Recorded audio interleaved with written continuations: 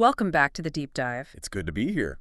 We are continuing our journey through the 12 days of Christmas, and it just keeps getting deeper, doesn't it? We're finding these esoteric blueprints just hidden in plain sight. Absolutely. And today we hit day 4. 4 calling birds. It sounds so simple, so Yeah. delightful. But for anyone, who's looked into sacred geometry or certain branches of the craft, this is a huge one. This isn't just a random gift. It's a foundational. It is. It's a crucial piece of the puzzle. Okay, let's just jump right in because the sources point to a really interesting historical detail right off the bat. The phrase might have originally been collie birds.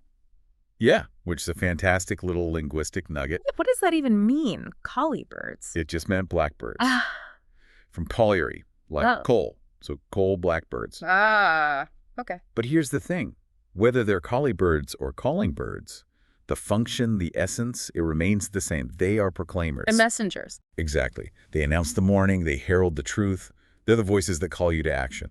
So our mission today is to go beyond that simple messenger idea and really unpack how these 4 figures connect to the structure of our moral and spiritual lives. We're looking at foundation. We're looking at how a divine message spreads.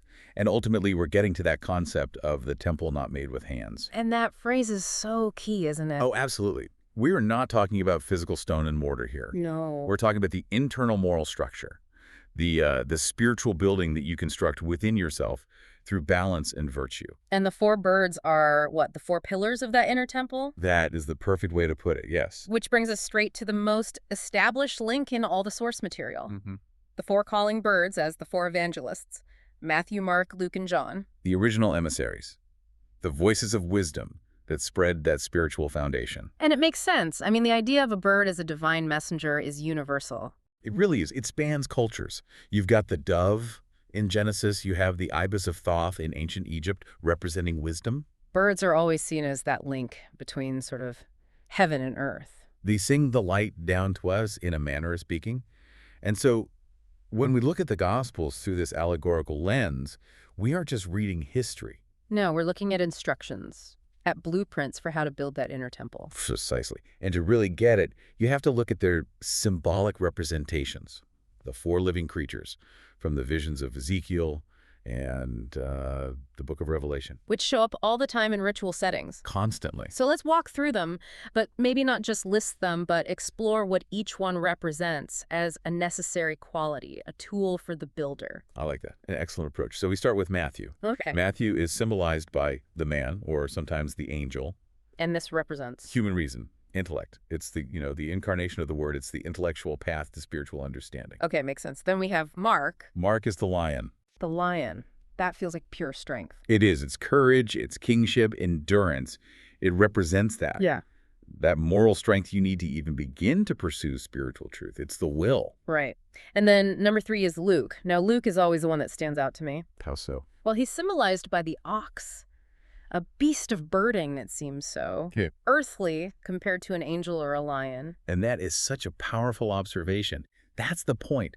The ox symbolizes service, sacrifice, and humble labor. So the actual work. The practical, physical effort you have to put in, it's the thing that ensures all this knowledge isn't just theory. You have to apply it through moral labor. It stops the whole thing from becoming, just an intellectual fantasy. So the lion gives you the courage to start, but the ox gives you the stamina to keep plowing the field. Beautifully put, yes. It's that commitment to balancing the spiritual plane with the material plane. Okay, and that leaves us with John. John is the eagle, the highest flyer, The mystic. the mystic, representing spiritual vision, divinity, the ability to soar above the material concerns of the ox and see the world from that higher divine perspective. It's just incredible. And what the sources really stress is that these 4 voices, their songs harmonize. They have to work together. Oh, absolutely. If one is missing, the message is incomplete. An individual who only focuses on the eagle, on mysticism, becomes ungrounded. And someone focused only on the ox, on labor, just becomes rote, mechanical. Exactly. And it's so critical for you, for the listener, to know this isn't just theology. These 4 creatures are foundational in many advanced degrees. You see them in the Royal Arch, in the Knights Templar, places where the focus is all about building and rebuilding sacred structures. So we've established the messengers. Now let's talk about where they deliver the message. Just structure. The lodge itself. The number 4 is just, it's everywhere once you start looking. It's the number of stability, of matter, of the manifest world. It creates the square. The 4 cardinal directions. The 4 seasons, and most importantly, the 4 elements: earth, air, fire, and water. And the lodge, as a blueprint for moral transformation, is built on this quadrated pattern. It is. It's a rectangular space. It's oriented to the cardinal points. It's bounded by great pillars. Even the checkerboard pavement is a grid, a Yeah. quadrated pattern. Symbolizing the duality of light and dark in this world. So the 4 calling birds, they're calling the initiate to find balance within that structure. And that's where we get to the elements. This is where it gets really practical, I think. It is. This is the internal alchemy, the process of transforming that rough ashlar into the perfect ashlar. Okay, so let's break them down. Let's start with the ground. Earth, which connects directly back to the ox. Steadfastness. Steadfastness, discipline, the physical act of labor. You need it to ground your efforts. Then you have air. Air is the man or the angel. It's pure thought, intellect, communication. It's the philosophy that gives meaning to all that labor. And then the driving force. Fire, linked to the lion. Yeah. This is your will, your zeal, transformation, light. It's the passion you need to actually make a change. And finally, water. Water, which connects to the eagle's high flight. It's emotion, intuition, spiritual vision, and cleansing. It's where introspection and moral purification happen. So the birds are calling for harmony. They're demanding that a Mason integrate all 4 of these forces. But what happens if that balance is lost? That's a great question because the sources are very clear on the dangers. Think about a lodge that only emphasizes earth, the labor. Okay. It becomes rigid. It gets obsessed with form, with tradition for tradition's sake, and it risks losing its soul.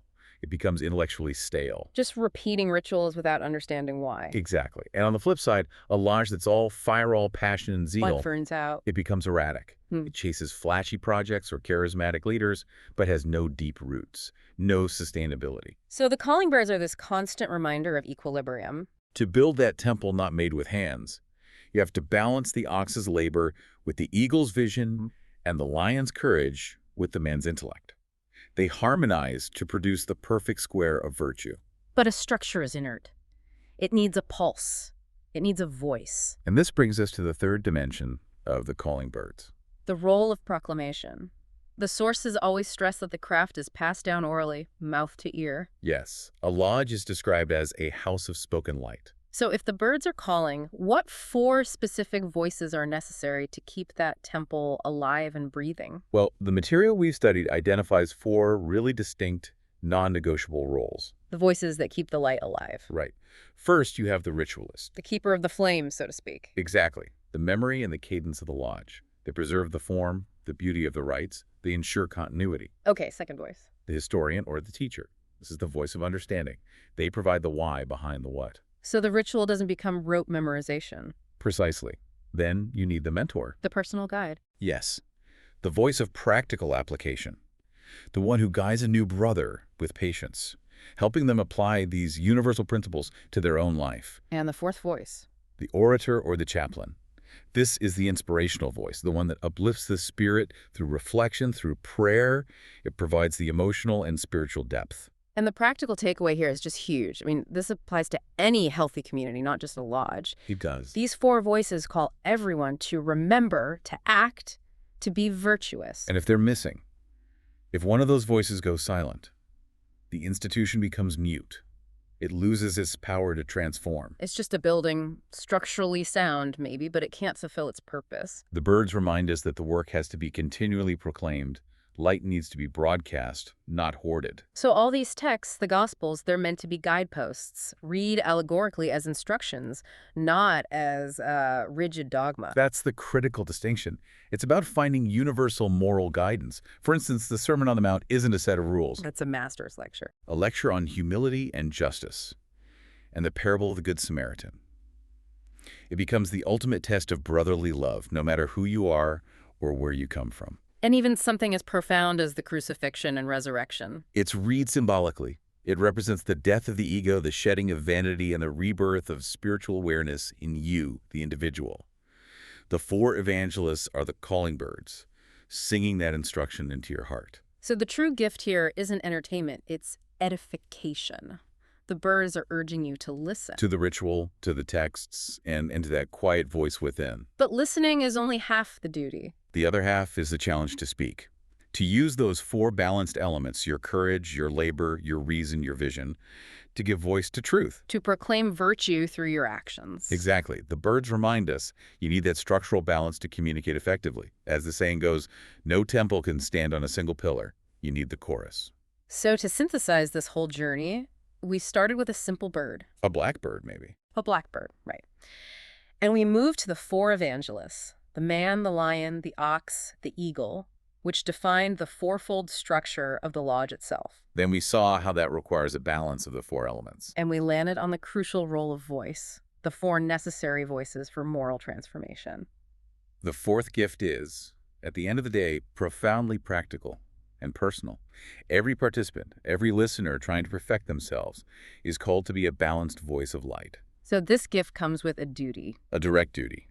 Ensure the structure you build inside is sound, and then make sure the message you carry is delivered. And on that note, we'll leave you with a final thought to ponder from the sources we've explored today. The literature is very firm on this point. It is. We are told that a silent Mason may be contemplative, but a mute Mason is one who withholds light. So the question the four calling birds are asking you is this. Considering your unique blend of courage, intellect, labor, and intuition, what is the specific message, that essential truth, that piece of comfort or knowledge that you, the listener, are withholding that the world needs to hear right now? The foundation is built, the elements are balanced, and the birds are calling. Are you answering with your own voice?